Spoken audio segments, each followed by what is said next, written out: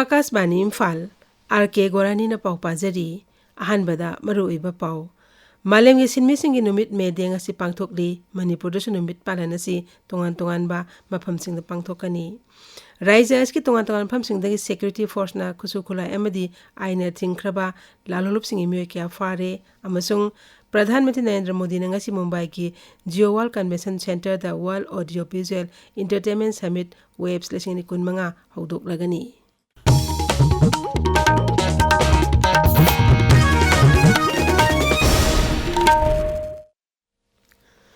Malemgi sinmisingi numit medeng asi pangthokli Englising amaga Chanipan marphum mapandegi hauduna numit asi malemgi sinmisingi numit ina pangthokna lakli Sahi asigi hiramdi safety and health of workers haibisini Malemgi ati mafam singaloina na Manipur das numit palana si pangthokani Thauram asi All India Trade Union Congress Manipur State Committee na sinduna Kaisampat Lainbe Community Hall da pangthokani Numit asna lakpa da MLA Yunam Khemchan Singna miyam da maruina sinmi sing da yaipa paujel pirakli paujel amada magna hai sinmi singi mateng yaudana miyoiba zatina sakot pa haibudu ngamloi sama sakot na bahona bada sinmi singna mamal naidraba thaudang kya lauri Raija asigi tongan pham sing dagi security force na kusukhula amadi aina thinkrab lalolup singi miyoi kya fare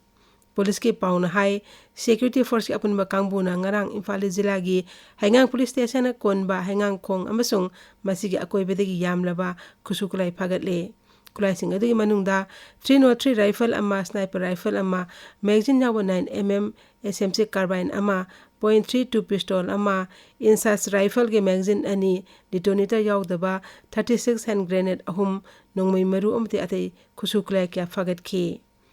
Tenopal Jilla ki Tenopal Police Station na konba Saibong Village ta thiba humbi ki thabak chathabada IED nipan local made hand grenade nipan electronic detonator kunmanga detonator manga 5.56 mm insas maru nifu 7.62 mm AK maru humpu na singba security force na phagat ki operation aduda jilla asida saramba bunker ahum su thugai ki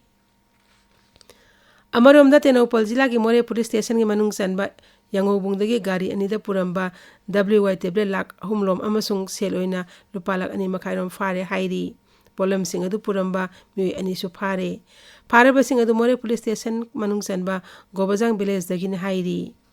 Security force na tongan bham dagi aina thinkrab lalolup singi mi kya fare Imphal Jilla gi MG Avenue manak dagi RPF pele gi mi ahum Imphal Jilla gi Wangkai Andro parking dagi UPP ke gi mi ama Kaksing Jilla gi Wangulam khadi KCP MLM gi mi ama fare hairi tongan hingsa gi thadosh na chenebe mi ama Manipur police na Thobal Jilla gi manung sanba Hairopa 3 dagi manung sanba Kabole kai dagi fare hairi Amuktang sizinaraga hundokpa plastic ki polam sing sizinadana bagi matangda miyam punna khangmina bagi drive ama hause Imphal East ki Wangkai Andro parking bazar da pangthokli thoromasi Director of Environment and Climate Change Manipur Pollution Control Board amasung Kangleipak Women Multipurpose Cooperative Society Limited na punna sinbani Thoromasi ga mai lainina Director Environment and Climate Change ki Director Dr. T. Braja Kumar na hai amuktang sizinaraga hundokpa plastic ki polam sing sizinabagi mahutta miyamna chena natraga pina saba khawna sing polam sing sizinana na ba appeal tawri mangna hai Amutang sinaraga hunjeko makhalgi plastic sing sina ikhoigi environment amadi haksangda pireba akaiba amangu mayam sik khangminara kanda ikhoi masiguma makhalgi plastic single use plastic ena khangnariba amutang sinaraga makhal plastic singa sa ikhoi sinanduna bagi government of India gi ba akanba drive masang silakpa amadi masi thing pasiga mari lenina ikhoina hana akhoina depend tawraga leiramba du makhalgi plastic munggi any thodo to sinaramba dagi marketing में करें इसने polythene की वो अब issue लापा मसी थिंगर कांडे फंगदे भी issue लापा सिंसी सिंग मिनर कांडे इकोइना फी की मखल की दुंबा खाउक्सिंग अमदी मुन सिनेमा मखल की खाउक्सिंग सिनेना बगी दुंबा ड्राइव मा ओके की खंगने बगी अवेयरनेस कैंपेन गुम मगलना कोई सिनेमा रियूज की दुंबा पांडन देखना सिगी drive सिगी संजरपनी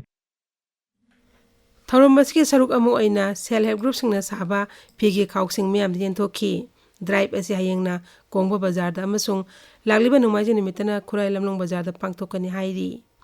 tabiriba pawasi Akashvani Imphal dagini Pradhan Mantri Narendra Modi na ngasi Mumbai gi Geo World Convention Center da World Audiovisual Entertainment Summit Webs 2019 haudoklagani. Numit bari ni chathagadaba mifam asina creator sing amasung lebak singbo samnahanduna Bharat bu media entertainment amasung digital innovation ge lamda global hub ohenabani. Mifam asina film, OTT, gaming, comics, digital media, artificial intelligence, broadcast na sing lam sing busilam ni khudong jawa piragani. Mifam manung ahan boy na Bharat na global media dialogue yumbu oiduna pangthokani masida lebak kunmanga gi mantralay sing saruk yagani. Mifam asina pot yoliba amasung leiriba sing samnahanduna business networking pak sana chandongna ba khodong jaba piri. Mifam asida saru yariba Akashbani Imphal gi paumi gi paudam. Pradhan Mantri Narendra Modi na ngasi Mumbai gi Geo World Center da World Audio Visual and Entertainment Summit haudoklagani. Summit asi Information and Broadcasting Ministry na sinduna pangthokpani. Hojik mafam asida saruk yariba malem gi lebak singi flag yungduna foreign delegates singbu taramna oknaba sem saduna thamli. Loinana mafam kiyadagi lakwa filmmaker entertainment gi lamda thabak tawba singna makhoi gi pass registration counter gi longnaba hotnari. Summit asi connecting creators connecting countries haiba theme da Mumbai gi Geo World Center da metang mari fawa pangthoklagani. Akashvani pau gi damak Geo World Center Mumbai Khanginbam James. Kendra gi Shiksha amasung Donor gi Raja Mantri Dr. Sukanda Majumdar na hairi National Education Policy na mahairoi singbu skill amadi loksing gyan hai lehenduna malem singna reliba sing thengnana ba khodong jaba piri.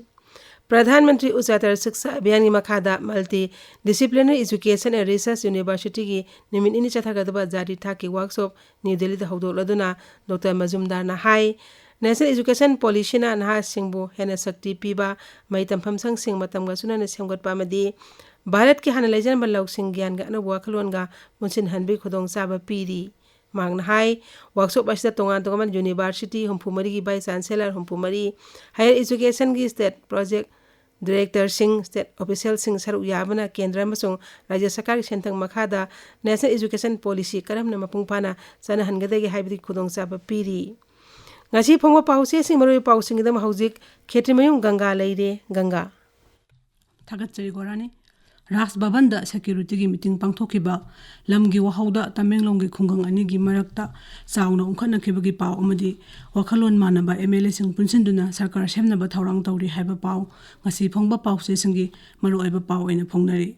Ras Babanda security meeting pangthokre security agency sing mating pangnaduna akan bacheksing thaurang lokhatnaba khanakre haiba paw Isel Express ki ahan headline tawri paw asi Naharol gi thaudang Manipur Mail Huyalan pau amasung pongna pham pau seda maru eba pau ina phongli